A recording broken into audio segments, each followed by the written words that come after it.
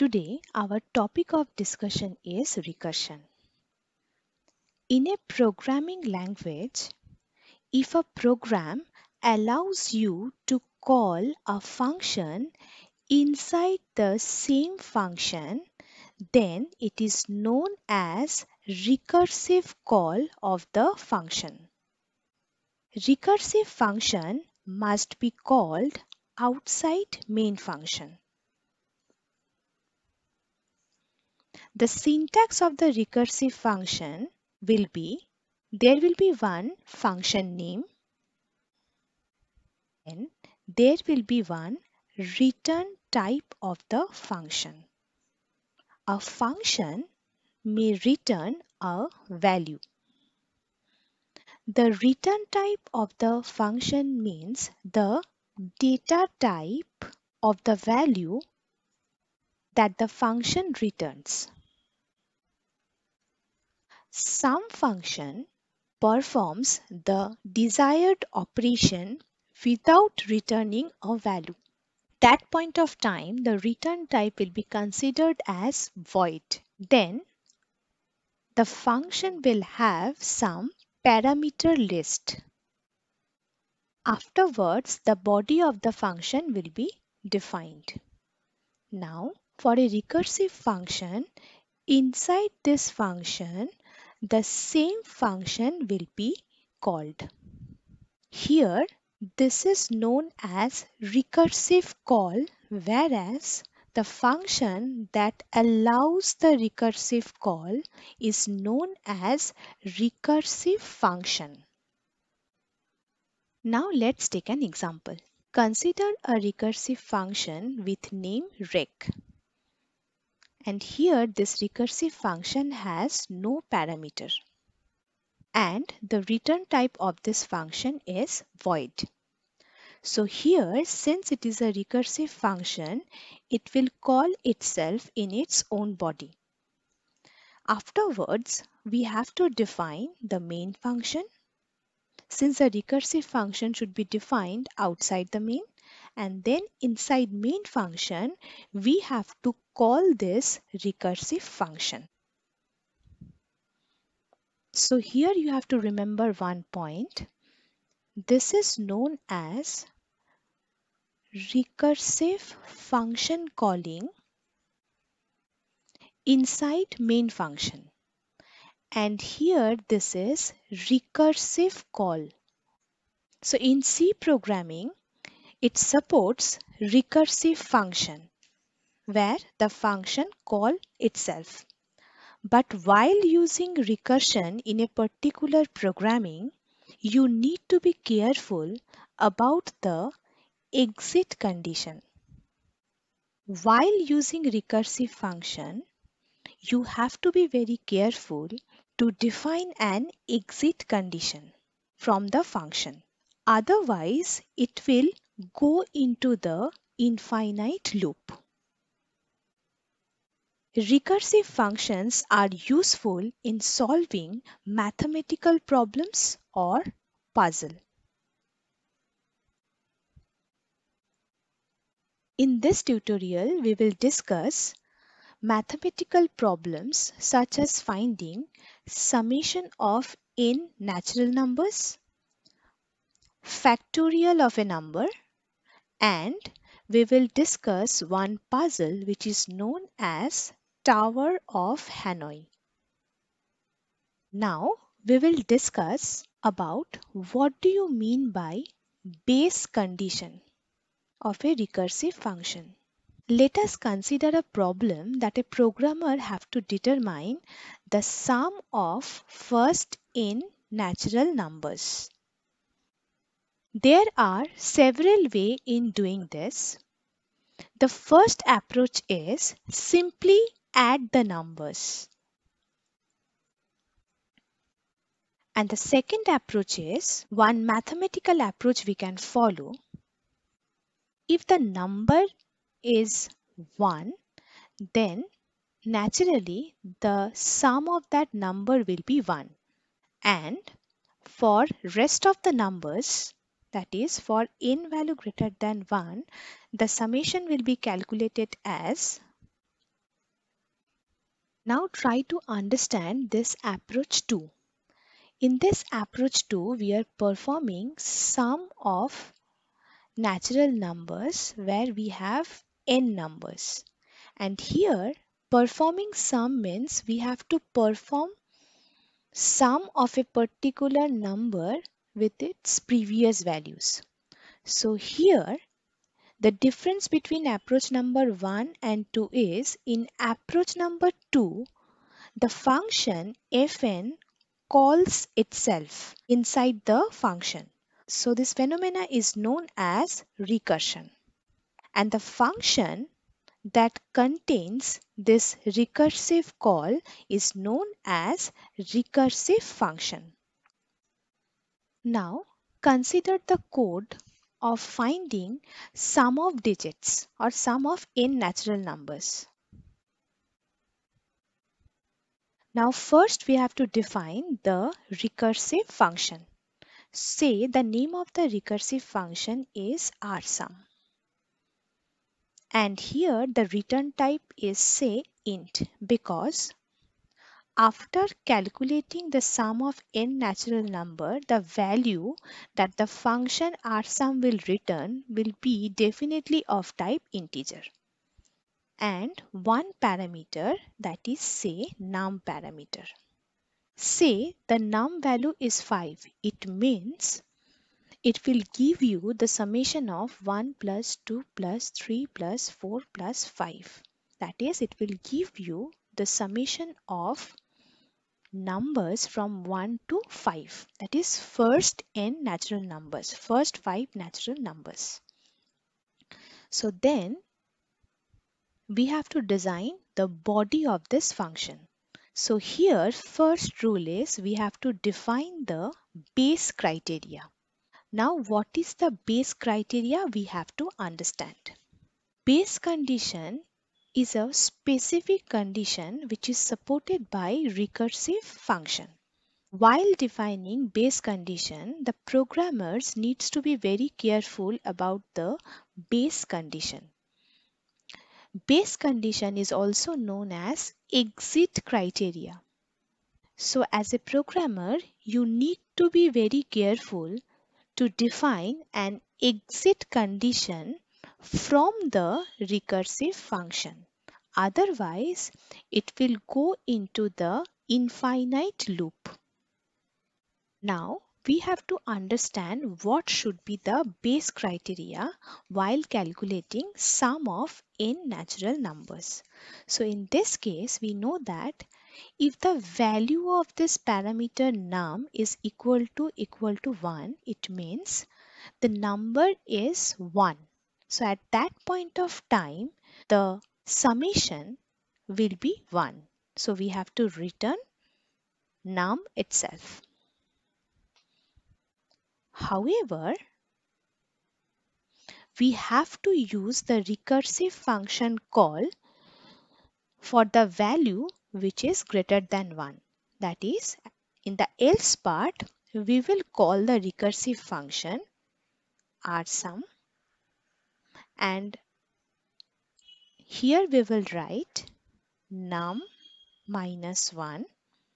Here we have to call the recursive function rsum, and then we have to write num minus 1 because each time whenever a particular value is passed to this parameter num, say 5, then the next value will be 5 minus 1, 4. Then the next value will be 4 minus 1, 3. So we keep on adding those values. So we will write num plus rsum n minus 1, and this value we have to return. And now we have to understand the recursive function call methods, means how this function is evaluated. So whenever I call this function rsum and say as a parameter I'm passing the value as 5. So in this case,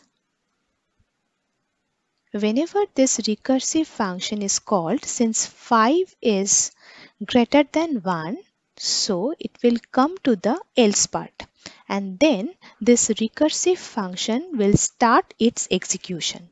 So at this point of time, it will evaluate num, means the value passed as 5, plus the recursive call rsum, and then num minus 1, that is 5 minus 1, 4. At this point of time, the winding of the recursive function starts.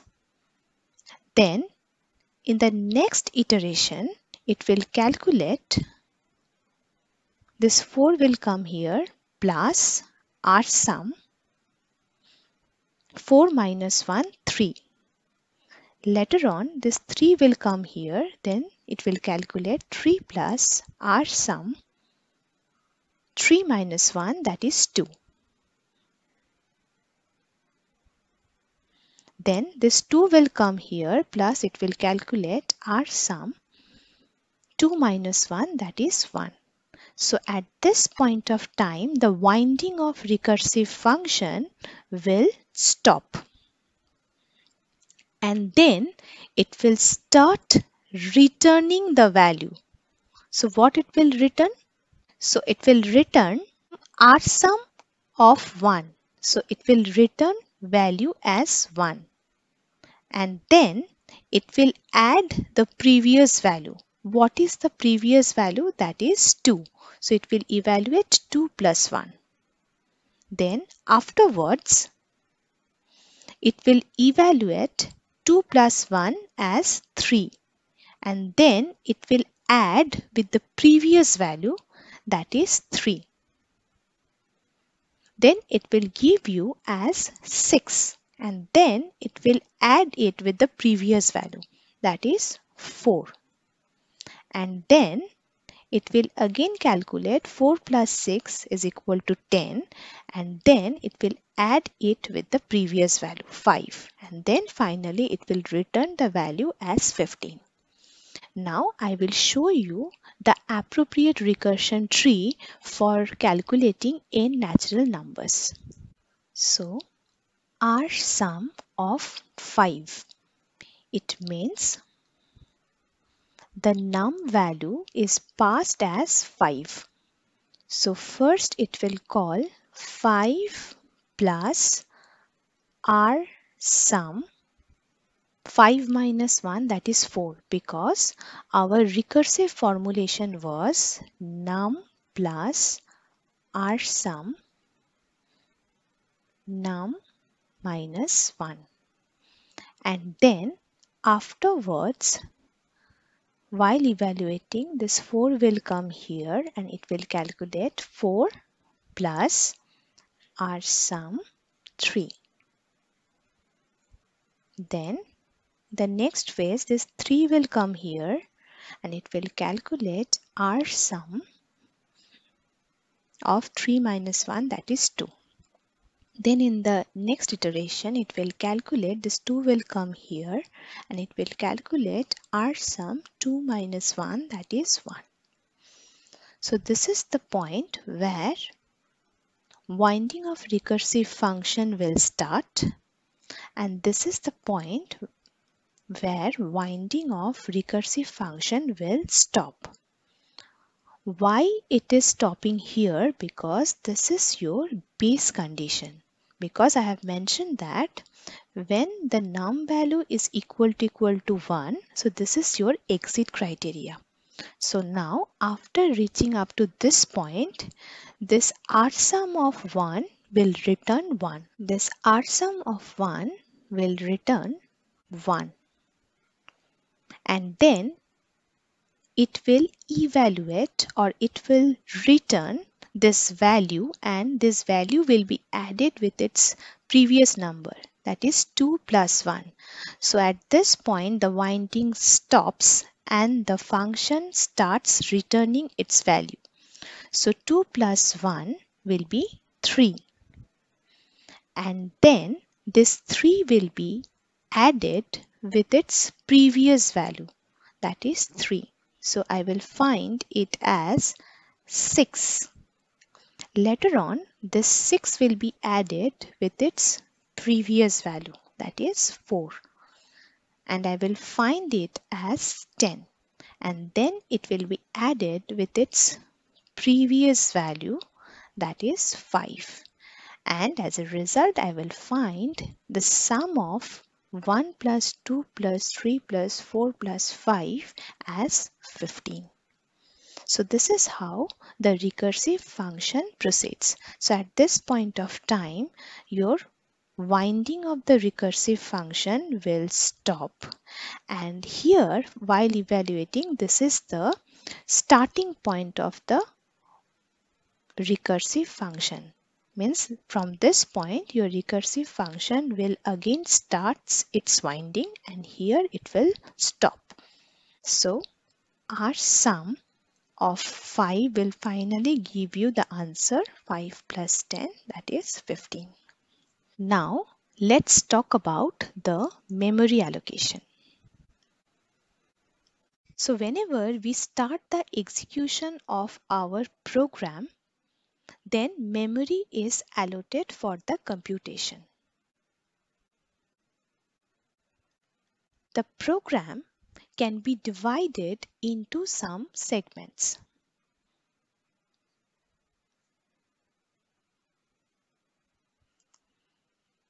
Those segments are like variables used in the program, loops used in the program, constants used in the programs, functions used in the programs. So the memory segments are different for each segment. Means the memory semantics for each and every segment will be different. So our compiler utilizes the different regions of memory for different segments. So basically, compiler utilizes the different regions of memory to execute the program, such as code area. Code area contains the instructions which your program executes as it advances. Then the memory area contains static data area. Static data area contains read-only variables such as global variables, constants, and so on. Now we have another important memory segment which is known as stack. So stack region is similar to the stack data structure that follows LIFO, last in first order principle. Now in simple terms, consider a stack as an array where each block in the stack is known as frames that stores some information about the function. So here you have to remember one point. Our compiler allocates some memory or some storage in the stack in the specific region whenever a function is called, and this region is known as activation record or stack frame.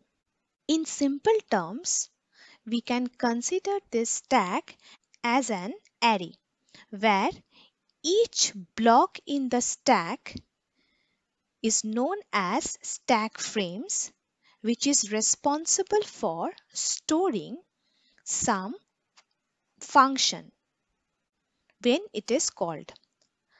The top of the frame is called stack pointer, which will be updated to refer the most recent activation.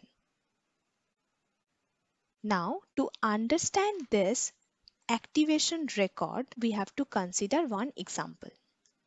Say we have to calculate factorial of a number using recursive function. So in that case, say the name of the function is fact and I want to calculate the factorial of the number n. So in that case, what should be the return type? The return type will be integer, because after calculating the factorial, this function will return the value of type integer. So here, first we have to write if the value of n is greater than 0, then we will write our recursive function as we have to call the function. The function name is fact, and whenever we are calculating the factorial of a particular number, say for n equal to 5, we have to call 5 into 4 into 3 into 2 into 1. So each time we have to call the recursive function by n minus 1. And then we have to calculate the factorial of that specific number. Otherwise, we will return 1. As we know that the factorial of 0 and 1 will be 1. Now for this program, we have to understand how your activation record or stack frame will look like. So now consider, for the simplicity of calculation, say n is equal to 3. So the first activation record is for the call fact of 3. It's created at the beginning of the procedure and holds, among the other things, the value of the argument n and the return address where execution should resume after fact 3 computation is complete. During the computation of fact 3, we have to make a recursive call to compute fact 2. So in that case, we have to call fact 2. Note that the original activation record is kept, since it contains information needed to compute the computation of fact 3 after the call to fact 2. So now at this point we have 2 procedure calls and hence 2 activation records. Fact 2 requires computing of fact 1, needs the computation of fact 1. Original activation records will be as it is, and computation of fact 1 will need further computing of fact 0. And again, the original activations will be kept. So now consider it is the time axis. The recursion terminates at fact 0, which returns the value 1 to its caller. At this point, we have to finish the execution of fact 0 and so its activation record. Basically, its activation record will no longer exist after its computation. That is, afterwards, whenever the computation of fact 0 gives the value as 1, then the remaining activation records will be fact 1, fact 2 and fact 3. So here you have to understand one point, that is, whenever fact 1 finishes its computation and it also returns 1, now after returning 1 to its caller, then we no longer need its activation record. Then we have to remove it or discard it. And then after computation of fact 1, the remaining activation will be for fact 2 and fact 3. And then fact 2 completes. And it will return the value 2 to its caller. And then its activation can be discarded. And so on. So, by this mechanism, the activation records are used for recursive function call. So, point we have to remember. Each recursive call creates a new copy of that function in the memory.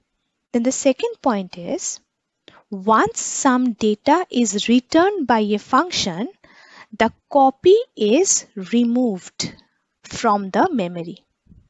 So since all the variables and other stuff declared inside the function gets stored in the stack, therefore a separate stack is maintained at each recursive call. So here you have to understand why we need activation records, because whenever we are dealing with stack, we have the variables and other stuff which is declared inside the stack.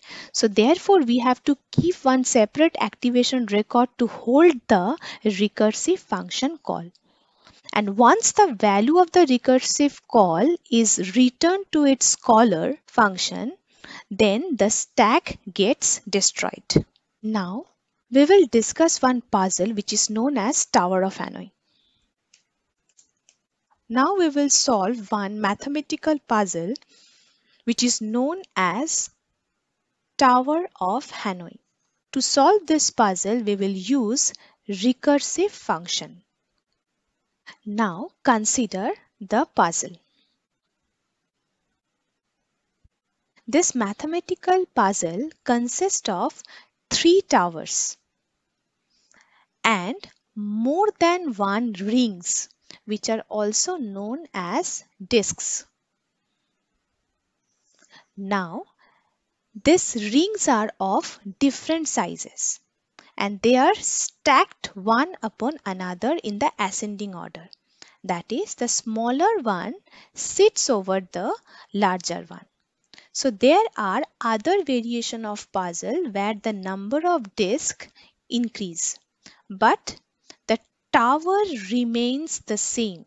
So the number of disks you can change from n equal to 3 to something else. However, the number of tower will remain fixed as 3. And to solve this problem, we have to follow some constraints or rules. Aim of this puzzle is to move all the disks from one tower to another tower, say from the source tower to the destination tower, without violating the constraint sequences. So the first rule is only one disk can be removed among the towers at any given time. Only the top disk can be removed. And the third constraint is no large disk can sit over the smaller one. So now let's proceed. How to solve this puzzle? So this is the initial condition. Afterwards, what are the steps that we should follow? Say this is the source, this is the destination, and this is the auxiliary tower. So first we will move the small disk into the destination. This is the first step. In the second step, we will move the medium tower to the auxiliary tower. Now in the third step, we will move the small disk on the top of the medium disk in the auxiliary tower. In the fourth step, we will move the largest disk from the source to the destination tower.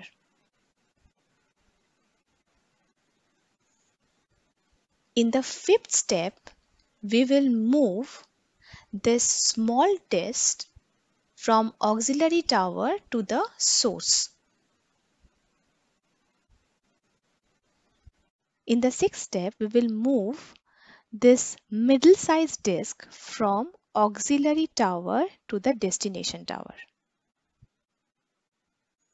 And in the seventh step, we will place the smallest disk on the top of the medium-sized disk in the destination tower. So our goal is reached. So all disks are moved from source to destination. Now Tower of Hanoi puzzle with n disk can be solved in minimum 2 to the power n minus 1 steps.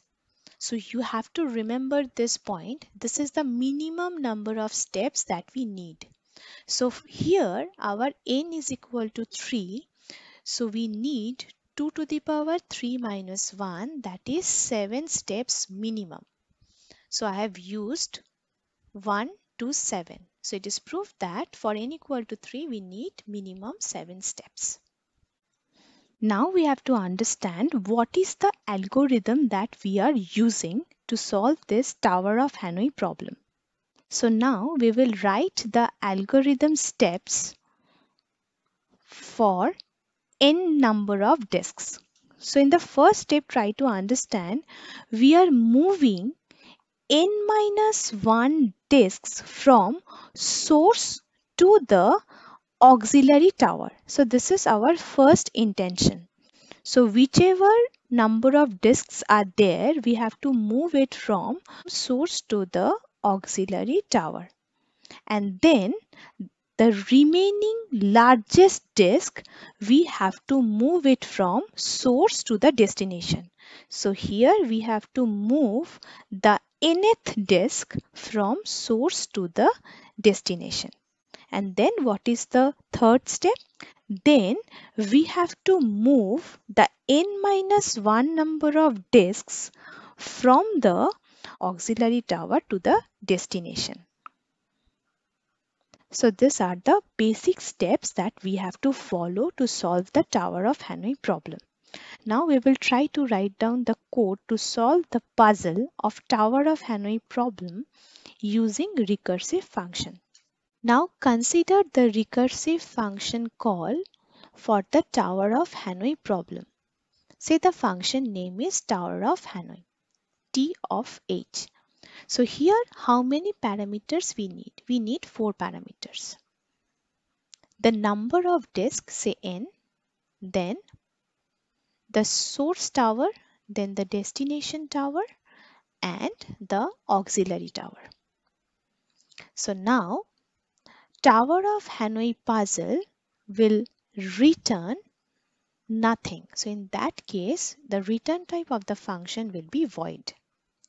So now here we have to identify the base condition. So the base condition will be if we have only the single disk, that is if n is equal to 1, then we will move the disk from source to destination, or else we have to perform the recursive call. Now here the question is how many recursive call we need to perform. To answer this, we have to follow the steps of the algorithm. So the first step I have discussed, we have to move n minus 1 disk from source to auxiliary tower. So at this point of time, we need one recursive call. Why? Because moving n minus 1 number of disks is a repetitive work, and we need recursive function whenever we have to perform similar actions again and again. So for this, we need one recursive function here. So what is that recursive function? Tower of Hanoi, this is the function name. And then here we have to write down the parameters. Now we have to very careful while writing the parameters. So first is the number of disk. So we have to move n minus 1 number of disk.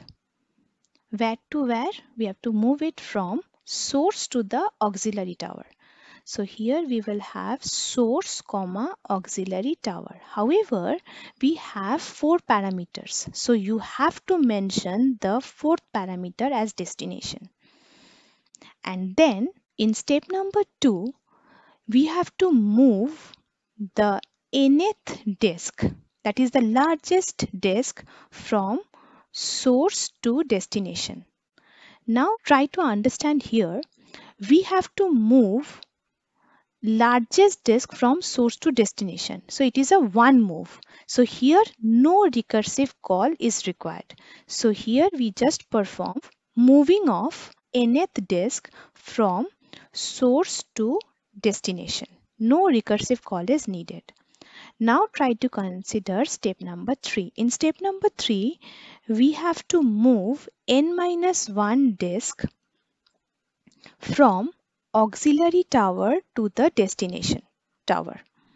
Now, since again we have repetitive activity of moving n minus 1 disk from auxiliary tower to destination tower.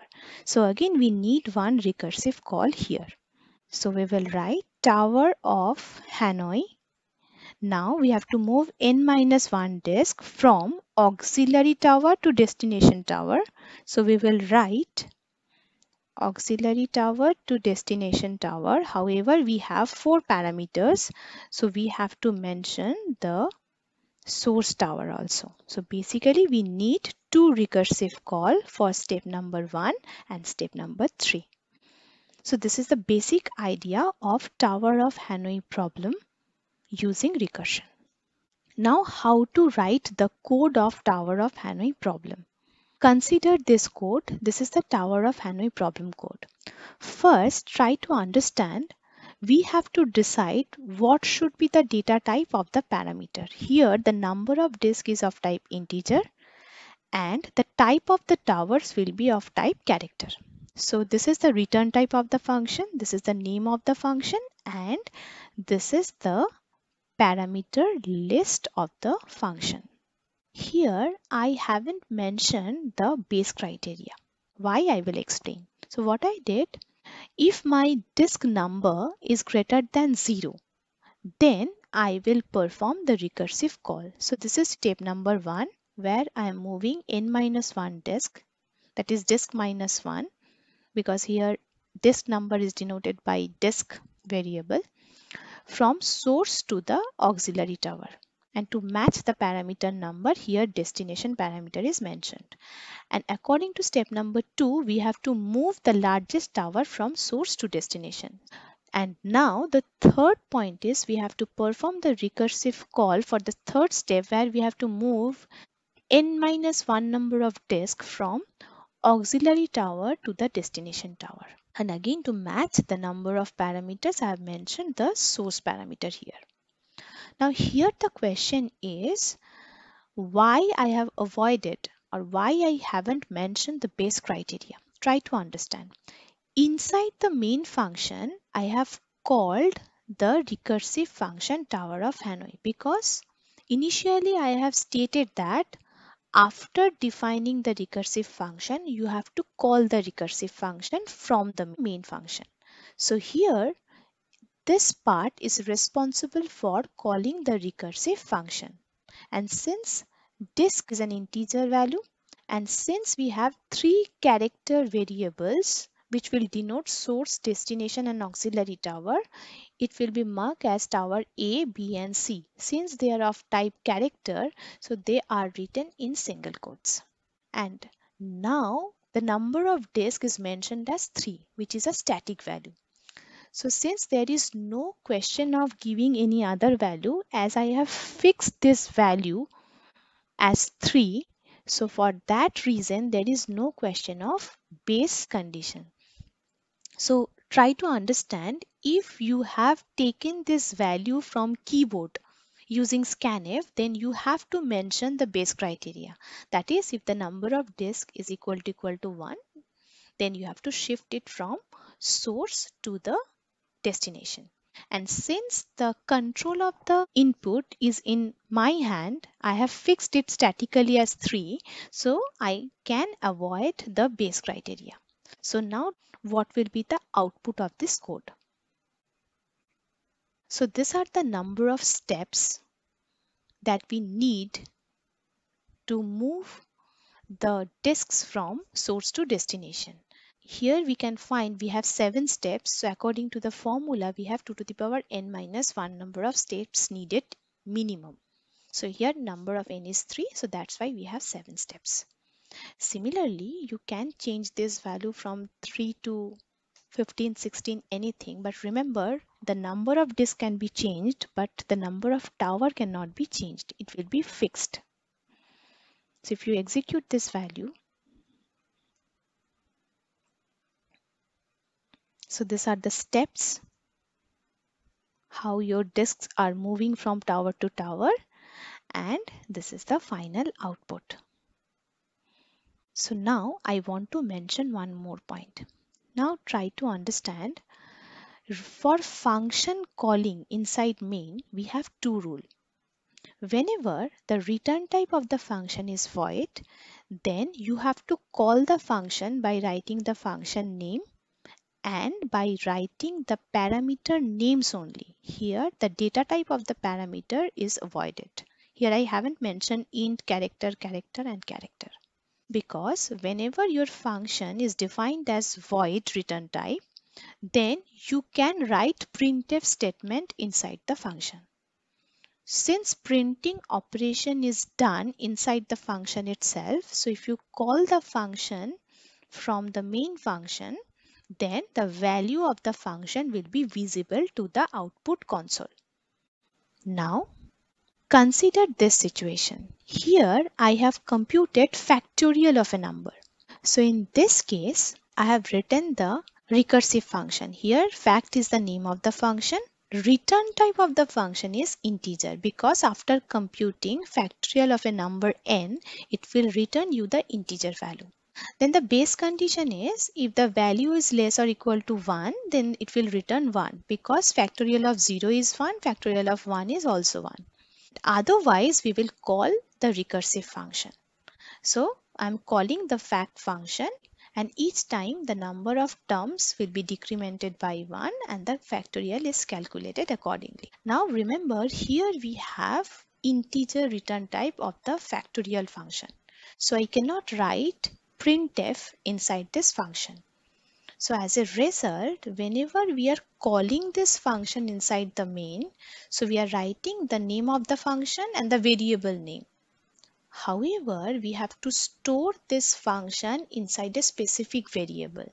So here fact in calling is stored inside a variable f, and this variable should be of integer type. Means while calling, whichever variable you are using to hold the called function, this variable should match the return type of the function. So in that case, since it has a return type, you have to hold this calling inside a variable, and this variable must be printed. If you forget to use this variable, then you will not be able to write this printf function. Then as a result, the output of this function will not be visible. Now another important point is you may define the prototype of the recursive function. Prototype of the recursive function means after writing hash include stdio.h, you have to write the function definition. Means what is the return type of the function, what is the name of the function, what data type you are using inside the function, and how many numbers of variables are there. So since we are using one integer variable, so here I have mentioned that the data type is int and it is written once, means one variable is used, and prototype ends with semicolon. However, try to understand, in case of Tower of Hanoi programming, I haven't used any prototype. So writing prototype of a function is optional. Now try to follow the syntax. Here I have written return type, the name of the function, and then only the data type. I haven't mentioned the variable name. However, you can write the variable name also while declaring the prototype. Now consider this program. In this program, I have computed sum of n natural numbers. So what I did, as a prototype, I have mentioned the return type of the function, the name of the function, the data type of the function, also the variable name. So both are possible. You can write any one of the syntax while defining the function prototype. And here's the similar thing. I have used one recursive function, and this is the base criteria. Whenever the number is not equal to 0, then I will calculate the summation of first n natural numbers. Otherwise, I will return the number as it is. This is the program for performing addition of first n natural numbers. However, you have to remember what is the condition for which your recursive function will appear. It depends on the programmer, because this is one of the condition I have used. So if the value of n1 is not equal to 0, at that point of time I am using my recursive function. And for that reason, here I have mentioned that enter any positive number, because if you don't mention this, then while executing this code, if it is written that enter a number, then a person may take negative number. So summation of negative number will not be evaluated. For that reason, I have mentioned that enter a positive number. So here if I mention the positive number as 5, then it will give me the summation of natural numbers. And for finding factorial of a number, now try to understand. If you want to calculate factorial of 15, say it is giving. Now try to understand, if I want to execute the same code and if I try to find out the factorial of 17, it will not give. It will give some garbage value. Because here the problem is, instead of writing integer data type, here we have to take long int. So basically my point is, whenever you want to see the factorial of a large number, then you have to modify the data type. So there is no problem in my code why it is showing the garbage value, because I want to see the factorial of a large number, which is 17. So at this point of time, we have to modify the data type.